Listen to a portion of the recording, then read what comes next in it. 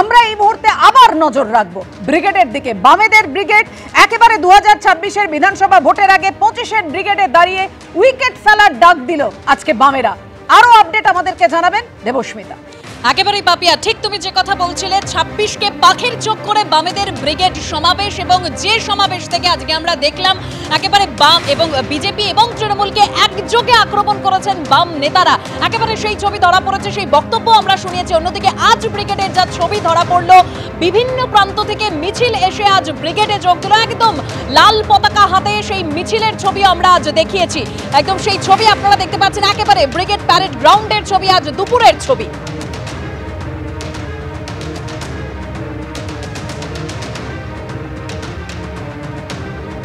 Brigade সমাবেশে উঠে এলো কেন্দ্র রাজ্য সরকারের জনবিরোধী নীতি থেকে মূল্যবৃদ্ধি, বেকারত্ব। বাদ গেল না মুর্শিদাবাদের ঘটনা, এবং এমনকি 26,000 চাকরি বাতিল ইস্যুও বাদ গেল না আজকের ব্রিগেড সমাবেশে।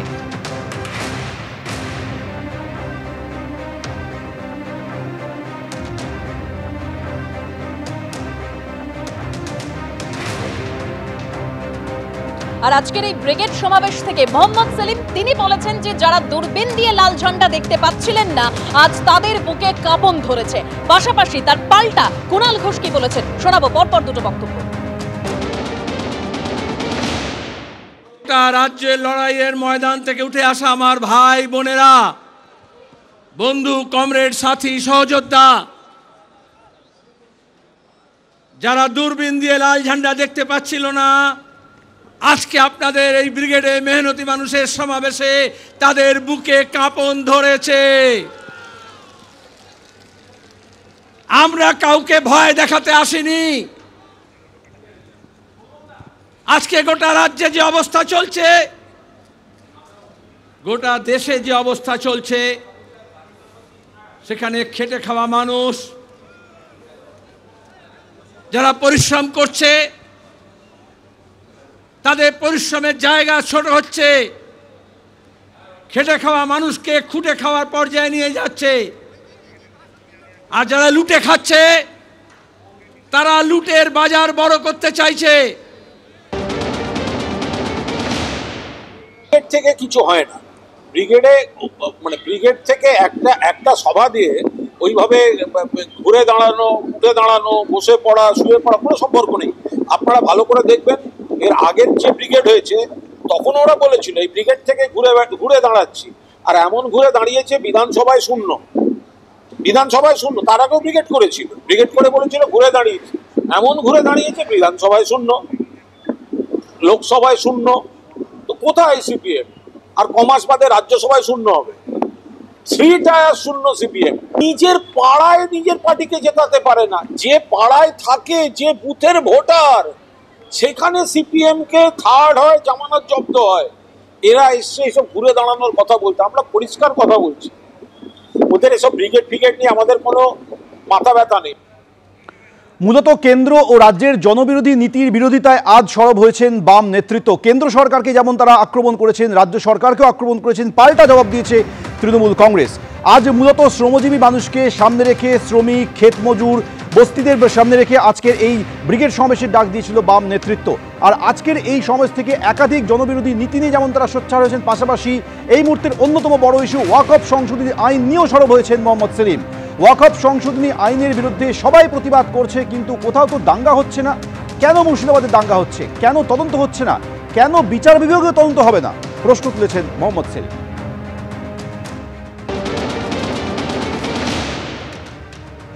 ওয়াকফের আইনের সংশোধনের বিরুদ্ধে গোটা দেশে সবাই প্রতিবাদ করছেন।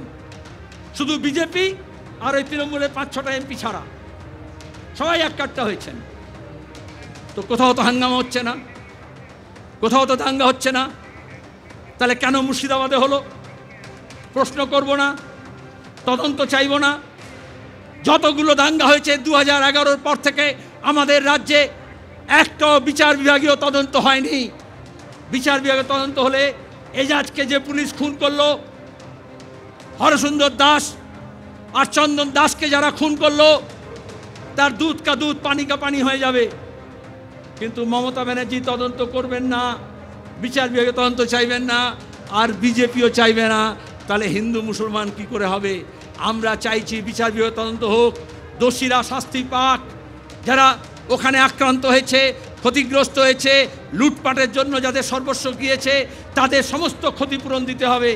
প্রাণের ক্ষতিপূরণ দেওয়া যায় না, তাও তাদের ভরণ পোষণের দায়িত্ব নিতে হবে। আর বিচার বিভাগীয় তদন্ত হলে কারা ষড়যন্ত্র করলো, পেছনে কারা ছিল, ব্লু প্রিন্ট কারা তৈরি করলো, সেই সব বেরিয়ে আসবে। নালে বিজেপি তৃণমূল দুটোই মিলে দেখবেন সূত্র মারফত খবর বলে বলছে ওই অন্য জায়গা থেকে এসছে, বাইরে থেকে এসছে। আরে যদি বাইরে থেকে আসে ধরে নি, তাহলে সীমানা পার হলো কি করে? দাঙ্গা বিধ্বস্ত মুর্শিদাবাদের পরিস্থিতি নিয়ে আপনারা শুনলেন মোহাম্মদ সেলিম একযোগে বিজেপি এবং তৃণমূলকে নিশানা করেছেন এবং তিনি বলছেন যে আমরা চাই বিচার বিভাগীয় তদন্ত হোক। এ নিয়ে কুণাল ঘোষ এবং বিজেপি রাজ্য সভাপতি সুকান্ত মজুমদার কি বলেছেন শোনাবো। মুর্শিদাবাদের ঘটনাটা বড় চক্রান্ত। এখন যাদের ক্ষতি হয়েছে তারা তো একটু বিভ্রান্ত থাকেন, তাদের তো ক্ষতি হয়েছে, ফলে তাদের ভুল বুঝিয়ে দেয়া। সেখানে তো অন্য দলের সমর্থক পরিবারও আছে, সবাই জানেন ওখানে যে ওয়াকআপ বিল নিয়ে ক্ষোভ ছিল, সেইটাকে অপব্যবহার করে সীমান্তটাকে লুজ দিয়ে হামলাবাজদের ঢুকিয়ে একটা প্ররোচনা দিয়ে গন্ডগোলটা করা হয়েছে। সেটা বিরোধী দলনেতা স্টেটমেন্টও পরিষ্কার, আপনাদের কাছেও তার রেকর্ডিং রয়েছে। ফলে এই যে মানুষ বলছেন বিএসএফ চাই, এখন মানুষ, গরিব মানুষ, শ্রমজীবী মানুষ, যাদের একটু ক্ষতি হয়েছে, যাদের অনেকটা ক্ষতি হয়েছে, তারা তো বিভ্রান্ত আছেন। তাদের কাছে ধীরে ধীরে সত্যটা যাচ্ছে। এই জিনিসটা সন্দেশখালির সময়ও হয়েছে, এই জিনিসটা আরজি করার সময়ও হয়েছে। প্রথমেই কুৎসাকারীরা এমন একটা বুঝিয়ে দেয়, মানুষের আবেগে লেগে যায়, কিন্তু তারপর যখন বুঝতে পারবেন যাদের তারা রক্ষক ভাবছেন তারাই হচ্ছেন ভক্ষক, এবং এই গোটা প্লটটার পেছনে তারা আছেন কিনা আমরা ইতিমধ্যেই তদন্ত দাবি করেছি। আগেই বললাম তো, মোহাম্মদ সেলিম সাহেবরা বছরের পর বছর ধরে সেকুলারিজমের নামে বাংলার বাঙালিদেরকে বোকা বানিয়ে গেছে, তলে তলে ইসলামিক রেডিক্যালাইজেশনের কাজ করে গেছে। মোহাম্মদ সেলিম সাহেব তার ধর্মের কাজ করছেন, সেটা নিয়ে আমার কোনো আপত্তি নেই, তিনি করবেন। বাঙালি কমরেডদেরকে বুঝতে হবে কেন বাংলাদেশ থেকে পালিয়ে আসতে গেছিল সেই সমস্ত কমরেডদের পিতৃপুরুষরা, কেন সেই পূর্ব পাকিস্তানের ধর্মনিরপেক্ষতা, প্লুরালিজম এগুলো শেখাতে পারেন। কারণ ওখানে চলে না। যেখানে হিন্দু নেই, যেখানে হিন্দু সংখ্যাগরিষ্ঠ নয়, সেখানে প্লুরালিজম, সেকুলারিজম, কোনো ইজমই চলে না, এমনকি কমিউনিজমও চলে না। ব্রিগেডের সভা থেকে বিজেপি এবং আরএসএসকে সরাসরি আক্রমণ করেছেন সিটুর রাজ্য সাধারণ সম্পাদক অনাদি শাহ। তিনি অভিযোগ করছেন যে সাম্প্রদায়িকতা তথা মানুষের মধ্যে বিভাজনের চক্রান্ত করছে আরএসএস বিজেপি। দেশে মেরুকরণের রাজনীতি চলছে, যার পরিণতি মুর্শিদাবাদ, শামশেরগঞ্জ। একটার পর একটা প্রতিষ্ঠানকে ভেঙে ফেলছে বিজেপি আরএসএস, অভিযোগ অনাদি শাহ।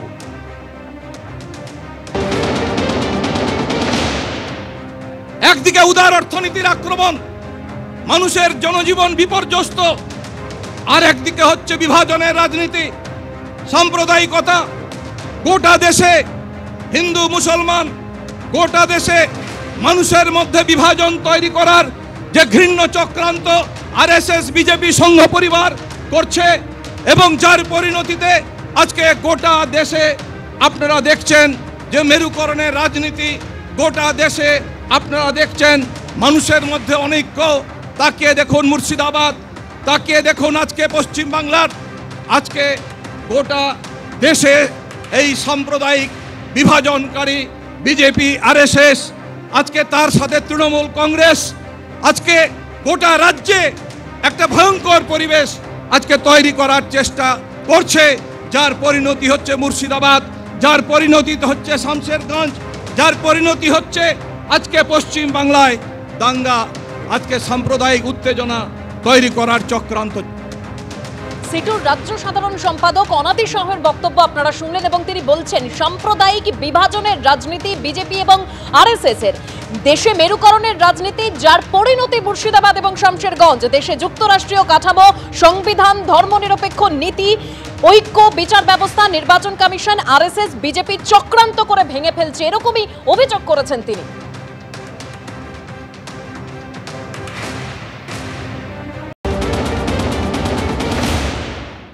2019-এও তাদের খাতা শূন্য ছিল, 21-এও শূন্য ছিল, 24-এও শূন্য আছে। ফলে আজকে ব্রিগেড থেকে আরো একবার সেই শূন্যের প্রস্তুতি নিয়েছেন, নতুন করে আর বলার কিছু নেই। এইটুকু আমি বলতে পারি, অন্যের দিকে আঙুল তোলার আগে আগে নিজেদের দিকে তাকিয়ে দেখুন, কেন 34 বছর 3.5 দশক শাসন করার পর মানুষ আপনাদের শূন্য করে দিল। আগে নিজেদের দোষগুলো ক্যামেরার সামনে স্বীকার করতে শিখুন, সেগুলো আজ অব্দি করেননি, ভুল শোধরাননি, উল্টে অহংকারে পরিপূর্ণ হয়েছেন আপনাদের এক একজন নেতা। তাদের প্রত্যেকের ঔদ্ধত্য তাদের বক্তব্যে ঝরে পড়ে, আর ক্রমাগত মমতা বন্দ্যোপাধ্যায়ের প্রকল্পগুলোকে গালাগালি করে গিয়েছেন। ফলে কে চোর কে ডাকাত সেটা বাংলার মানুষ বুঝি। বিজেপিকে নিয়ে যেটা বলেছেন সে বিষয়ে আমাদের কোনো মন্তব্য নেই, কিন্তু সত্যি সত্যি যে সিপিএম 2024-এর লোকসভা নির্বাচনে ডাক দিয়েছিল চোর মুক্ত করুন বাংলা, সত্যি তো বাংলাকে চোর মুক্ত করে দিয়েছে, শূন্য করে দিয়েছে। তো আবার চোর ডাকাত মুক্ত করে দেবে 2026-এর বিধানসভা নির্বাচনে, তার সঙ্গে দিল্লির দাঙ্গাবাজরাও মুক্ত হবে। না না, নিয়োগ নেই, কলকারখানা নেই, তো সিপিএম জামানা থেকে শুরু করেছে, মমতা জামানা এখন পর্যন্ত একটাই চলছে। সলিম সাহেবকে বলুন কি আজকে এই মঞ্চ থেকে শপথ নিয়ে বলুক কি ভোটের সময় এই সেকুলারের নামে নো ভোট টু বিজেপি না করতে, তাহলে কারখানাও খুলবো, উনার ছেলে উনার পার্টি কমরেডরাও চাকরি পাবে। ওর আমরা ব্রাত বসুমন্ত বলবো না কি চাকরি দিলে টিএমসির লোককেই চাকরি দেবো, অন্য কোনো দলের লোকের চাকরি বলুন। সেলিম সাহেব দূরবীন দেখলেও পাওয়া যাবে না, কিন্তু কিছু ক্যাডার আছে ওদের কাছে। এই ক্যাডারদের জন্য আমি বলবো কি আপনারা এই নো ভোট টু বিজেপি ভুলে গিয়ে একবার বিজেপিকে ক্ষমতায় নিয়ে আসুন, আগামী দিন আপনাদের রাজনীতি করার সুবিধা হবে। রাজ্যের একাধিক ইস্যু নিয়েও শাসক দলকে আক্রমণ করেছেন মোহাম্মদ সেলিম। নিয়োগে দুর্নীতির পাহাড়, সুপ্রিম কোর্ট মুখে ঝামা ঘষে দিয়েছে। 26,000 লোকের চাকরি খেয়েছে, আরজি করে ধর্ষণ করে খুন করা হয়েছে। কলকাতা পুলিশ ও সিবিআই এক লাইনে দাঁড়িয়ে গিয়েছে। রাজ্য পাল্টাচ্ছে, মানুষের নিজের অধিকার বুঝে নেওয়ার জন্য সোচ্চার হচ্ছে, মন্তব্য মোহাম্মদ সেলিমের। আজকে মোদি মমতার সরকার এই কাজ করার জায়গাটা ছোট করে দিচ্ছে। কোন কেন্দ্র সরকারের দপ্তরে, কোন রাজ্য সরকারের দপ্তরে নিয়োগ হচ্ছে না, নতুন কলকারখানা হচ্ছে না। আর যদি বা পুলিশে আর শিক্ষকে নিয়োগ হয়, সেখানে দুর্নীতির পাহাড়। সুপ্রিম কোর্ট পর্যন্ত আমাদের রাজ্যের মুখ্যমন্ত্রীর নাকে ঝামা ঘষে দিয়েছে। গত 2 বছর ধরে, 3 বছর ধরে তিনি যে ন্যাকামি করছিলেন আজকে মানুষ বুঝতে পারছে। 26,000 জনের চাকরি গিয়েছে। আমরা দেখেছি মেডিকেল কলেজে আরজি করে ওই পিজিটির কিভাবে নৃশংসভাবে খুন হলো, ধর্ষণ হলো। লাখ লাখ মানুষ, মহিলারা, তরুণ প্রজন্মের ছেলে মেয়েরা নামলো রাজ্য জুড়ে। ইনসাফ চাই, বিচার চাই। আর কেন্দ্র রাজ্য সরকার উভয় মিলে ঠিক করলো, কলকাতা পুলিশ আর সিবিআই এক লাইনে দাঁড়িয়ে গেল, বলল আইনে বিচার হবে না, লাইনে চলবে। অর্থাৎ আজকের ব্রিগেড সমাবেশে বাদ যায়নি আরজিকর থেকে নিয়োগ দুর্নীতি ইস্যু। আর এই ব্রিগেড সমাবেশকে, অর্থাৎ বামেদের ব্রিগেড সমাবেশকে স্বাগত জানিয়েছেন অধীর রঞ্জন চৌধুরী। কি বলেছেন শুনুন। মানে বামেদের ব্রিগেড সফল না সেটা প্রমাণ করার জন্য মুখ্যমন্ত্রী উঠে পড়ে লেগেছে। আমি বামেদের ব্রিগেড সফল হওয়ার জন্যে সর্বান্তকরণে ইচ্ছা প্রকাশ করছি। আমি চাই বামেদের ব্রিগেড সফল হোক। এরা কিন্তু কখনো সাম্প্রদায়িক রাজনীতি করে, যেটা আজকে আমাদের দেখতে হচ্ছে। দুর্ভাগ্য এটা বাংলার। তাই আমি চাইবো বামেদের যে আজকে যে সভা, সেই সভা সফল হোক। আর আজকের এই ব্রিগেড সমাবেশ থেকে হুঙ্কার দিয়েছেন বন্যা টুডু। তিনি বলছেন 26-এর নির্বাচনে আমরাও খেলা করব, দেখিয়ে দেব, উইকেট ফেলে দেব। ওনারা বলছে খেলা হবে, খেলা হবে। খেলা তো আমরাও করব, খেলা আমরাও করব, শেষ দেখে ছাড়বো। আমরা বলেছি ব্যাটও নেব, বলও করব। আর 26-এ আমরাও দেখিয়ে দেব, 26-এ নির্বাচনে আমরাও দেখিয়ে দেব, উইকেট আমরা ফেলবো 26-এ। সেই 26-এ উইকেট আমরা ফেলবো। কারণ হচ্ছে আমরা যে ব্রিগেডে যারা এসেছেন, আমরা কাল থেকেই আমাদের অঞ্চলে যাব, গ্রামে যাব, বুথে বসবো। প্রত্যেকটা বুথে আমাদের কানের মধ্যে, চোখের মধ্যে থাকবে কোন বুথটা এদিক ওদিক হচ্ছে। একদিকে যখন বাম নেত্রী বন্যা টুডু তিনি বলছেন যে তৃণমূল কংগ্রেস বলছে খেলা হবে, আমরাও এবার খেলা করব, মাঠে নেমে উইকেট ফেলে দেখিয়ে দেবো, পাশাপাশি মোহাম্মদ সেলিম তিনি আবার হুঁশিয়ারি দিয়ে বলছেন রাস্তায় নেমে ফুটবল খেলতে। ব্রিগেডের ময়দানে মোহাম্মদ সেলিম, আপনি ফুটবল খেলতে ভালোবাসেন? অবশ্যই, এই মাঠে খেলেছি 2011 বার পর্যন্ত। আপনি ক্রিকেট ভালোবাসেন না ফুটবল? ফুটবল সবসময়। আপনি কি মারপিট করে খেলতে? না, খেলার মধ্যে মারপিট পছন্দ করতাম না, এই জন্য কলকাতা ফুটবলে খেলা দেখতে যেতাম না। কারণ ইস্টবেঙ্গল ওয়ারির ম্যাচে ওয়ারির একজন প্লেয়ার ছিল উত্তম দাস, গোল করেছিল বলে তার মাথা ফাটিয়ে দিয়েছিল, সেই থেকে আমি কলকাতা মাঠে খেলা দেখতে যাই না।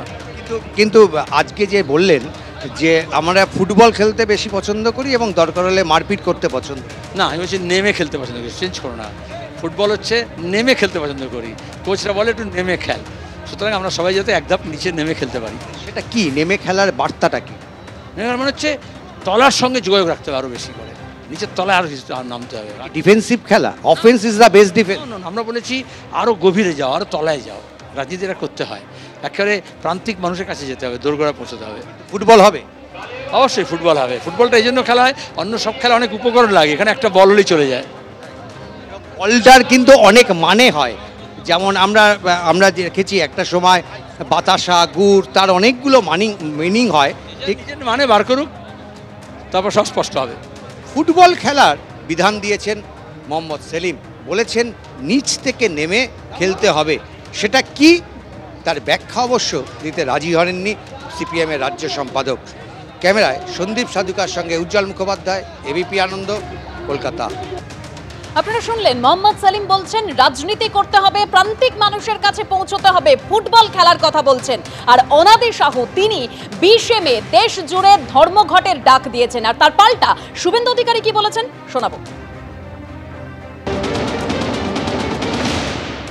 গোটা দেশের শ্রমিক শ্রেণীকে কার্যত শৃঙ্খলিত করে একটা মধ্যযুগীয় বর্বর ব্যবস্থা কায়েম করার চক্রান্ত হচ্ছে।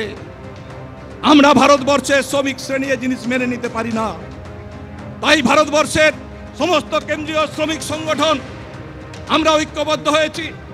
গোটা দেশের কৃষক সংগঠনগুলো আমাদের সমর্থন করেছে। আমাদের রাজ্যের শ্রমিক, কৃষক, ক্ষেতমজুর, বস্তিবাসী মানুষ, আমাদের রাজ্যের সমস্ত গণতান্ত্রিক সংগঠন, আমাদের রাজ্যের সমস্ত কেন্দ্রীয় শ্রমিক সংগঠন আমরা কনভেনশন করেছি, সিদ্ধান্ত করেছি আগামী 20 মে গোটা রাজ্যে সারা দেশের সাথে সর্বাত্মক ধর্মঘট করতে হবে। কেন্দ্রীয় সরকারের এই দেশ বিরোধী, জাতীয় স্বার্থ বিরোধী এই যে শ্রম কোড বাতিল করতে হবে, রাষ্ট্রায়ত্ত শিল্প কলকারখানাকে রক্ষা করতে হবে, আমাদের দেশের বেকার যুবকদের কর্মসংস্থানের ব্যবস্থা করতে হবে। যে কৃষকরা আমাদের অন্নদাতা, সেই কৃষকদের ফসলের দাম না পেয়ে কৃষকরা আত্মহত্যা করছে, সেই কৃষকদের আমাদের রক্ষা করতে হবে। যে সমস্ত ক্ষেতমজুর যাদের কাজ নেই তাদের কাজের ব্যবস্থা করতে হবে। দুর্নীতির অভিযোগে গত 3 বছর ধরে রেগার কাজ আমাদের রাজ্যে কেন্দ্র বন্ধ করে দিয়েছে। মমতা ব্যানার্জির বিরুদ্ধে কোনো ব্যবস্থা করছে না, যারা দুর্নীতি করেছে তাদের বিরুদ্ধে কোনো ব্যবস্থা করছে না, গরিব মানুষগুলোকে শুকিয়ে মারছে। অবিলম্বে রেগার কাজ শুরু করতে হবে। তাহলে মমতার সঙ্গে কথা হয়ে গেছে, যদি বন্ধ সফল হয় বুঝবেন মমতার সঙ্গে কথা হয়ে গেছে, আর যদি সফল না হয় বুঝবেন মানুষ উপেক্ষা করেছে। বামেদের এই ব্রিগেডকে সরাসরি সমর্থন করে পোস্ট করেছেন বামেদের একদা জোটসঙ্গী আইএসএফ এর বিধায়ক নওশাদ সিদ্দিকী। এই পোস্টে তিনি লিখেছেন, খেটে খাওয়া মেহনতি মানুষের ব্রিগেড এটা, সাফল্য কামনা করি। আজ বামেদের এই ব্রিগেডকে সরাসরি সমর্থন করে পোস্ট করেছেন আইএসএফ বিধায়ক নওশাদ সিদ্দিকী। এই আইএসএফ একসময় বামেদের জোটসঙ্গী ছিল। সেই নওশাদ সিদ্দিকী তিনি পোস্ট করে লিখছেন, খেটে খাওয়া মেহনতি মানুষের ব্রিগেড, সফলতা কামনা করি।